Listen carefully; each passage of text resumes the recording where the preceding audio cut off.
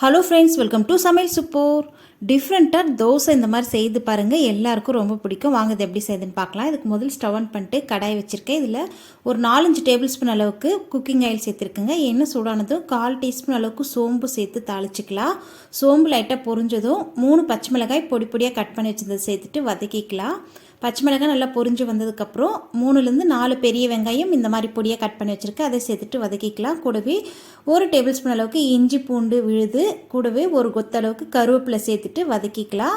அடுத்ததாக தக்காளி 2 தக்காளி இந்த மாதிரி பொடியாக கட் பண்ணி வச்சுருந்தாங்க, அதையும் சேர்த்துட்டு வதக்கிக்கலாம். வெங்காயம் தக்காளியெல்லாம் ஓரளவுக்கு வதங்கி வந்ததும் இது கூடவே 1/4 டீஸ்பூன் அளவுக்கு மஞ்சத்தூள், தேவையான அளவுக்கு சால்ட்டு. நம்ம ஏற்கனவே தோசை மாவில் சால்ட்டு உப்பு போட்டு தான் அரைச்சிருப்போம், அதனால் சால்ட்டு பார்த்துட்டு சேர்த்துக்கோங்க. பாருங்கள், இந்த அளவுக்கு வதங்கினா போதும், நிறையவும் வதங்க தேவையில்லை.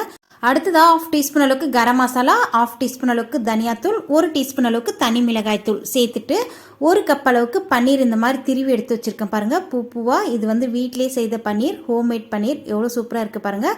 1 கப் அளவுக்கு பன்னீர் சேர்த்துட்டு இது நல்லா கலந்து விட்டுக்கலாம். பன்னீர் சேர்த்ததுக்கப்புறம் 1 நிமிஷம் வதக்கினா போதும், அதிக நேரம் வதங்கணும்னு அவசியம் இல்லை.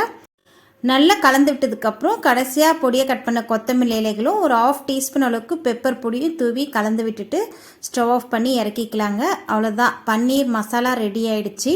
பாருங்கள், பொடியை கட் பண்ண கொத்தமல்லி இலைகளும் 1/2 டீஸ்பூன் இல்லை 1/4 டீஸ்பூன் அளவுக்கு பெப்பர் பொடி தூவும் போது அந்த ஃப்ளேவர் நல்லாயிருக்கும். நல்லா கலந்து விட்டுட்டு அப்படியே இதை ஸ்டவ் ஆஃப் பண்ணிடலாம். அவ்வளோதான், நமக்கு பன்னீர் மசாலா ரெடி ஆகிடுச்சு. நெக்ஸ்ட்டு நம்ம தோசை ஊற்றி அதை ப்ரிப்பேர் பண்ணிக்கலாம். இது நீங்கள் தோசை உள்ள வச்சு ஸ்டஃப் பண்ணி கொடுக்கலாம், சப்பாத்தி உள்ள ஸ்டஃப் பண்ணி கொடுக்கலாம், ரொம்ப ரொம்ப சூப்பராக இருக்கும். நான் அதுக்கப்புறம் பரோட்டா கூட சாப்பிட்லாம், ரொம்ப சுவையாக இருக்கும். பன்னீர் மசாலா ரெடி ஆகிடுச்சு. இப்போ நெக்ஸ்ட்டு தோசை ரெடி பண்ணிக்கலாம். பாருங்கள், நெக்ஸ்ட்டு நல்லா கல் காஞ்சிருக்கு. காஞ்சதுக்கப்புறம் வெங்காயத்தில் இந்த மாதிரி கட் பண்ணிவிட்டு தேய்ச்சிட்டு தாங்க நான் தோசை செய்வேன். நீங்கள் எப்படி துணியில் தேய்க்கிற மாதிரி தான் நீங்கள் எந்த மாதிரி செய்வீங்களோ அந்த மாதிரி தேய்ச்சிட்டு தோசை ஊற்றிட்டு, நம்ம எப்பயுமே ஊற்றுற தோசை மாதிரி தான் தோசை நல்லா ஊற்றிட்டு அதுக்கப்புறம் எண்ணெய் கொஞ்சம் நெய் கொஞ்சம் ஊற்றிக்கலாம். நான் வந்து ஃபஸ்ட்டு 1 டீஸ்பூன் 1/2 டீஸ்பூன் அளவுக்கு நெய் சேர்க்குறேன். அடுத்ததாக 1 டீஸ்பூன் அளவுக்கு ஆயில் சேர்த்துட்டு தோசை வந்து நல்லா வெந்து வரணும். பாருங்கள், இந்த அளவுக்கு மாவு நல்லா வெந்து மேலே தெரியும் இல்லைங்களா? அப்போது நம்ம இந்த மசாலா ரெடி பண்ணி வச்சுருக்கோம் இல்லையா, அந்த மசாலாவை இந்த மாதிரி எவ்வளோ தேவையோ அந்த அளவுக்கு நீங்கள் ஒரு பக்கம் மட்டும் இந்த மாதிரி வச்சுக்கலாம். நம்ம தோசை ஊற்றினோடனே இந்த மசாலா வைக்கக்கூடாது, ஏன்னா அப்போ வந்து மாவு வந்து வேகாமல் போயிடும். நல்லா வெந்ததுக்கப்புறம் இந்த மாதிரி மடித்து போட்டு திருப்பிக்கலாம். உங்களுக்கு எந்த மாதிரி வேணுமோ அந்த மாதிரி நீங்கள் மடித்து திருப்பிக்கலாம். பாருங்கள், செகண்ட் தோசை இந்த மாதிரியும் மடிக்கலாம். ஒரு சைடு மடிச்சிட்டு அடுத்த சைடு அது மேலே கவுத்து போட்டோன்னா இது நம்ம ஹோட்டலில் கிடைக்கிற மாதிரியே சூப்பராக கிடைக்கும். சூப்பரான மசாலா பன்னீர் தோசை ரெடிங்க.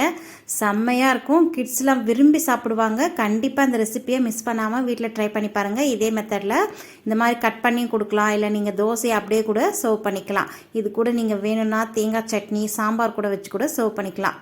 அது எல்லாமே வேண்டாம், நீங்கள் இந்த மசாலாவோட மட்டும் கூட விட்டுடலாம். சூப்பராக இருக்கும். இந்த மசாலா பன்னீர் மசாலா தோசையோட சாப்பிடும் போது ரொம்ப ரொம்ப சுவையாக இருக்கும். இந்த ரெசிபி உங்களுக்கு பிடிச்சிருந்தா வீடியோக்கு ஒரு லைக் கொடுங்க, ஃப்ரெண்ட்ஸ் அண்ட் ரிலேட்டிவ்க்கு ஷேர் பண்ணிக்கோங்க.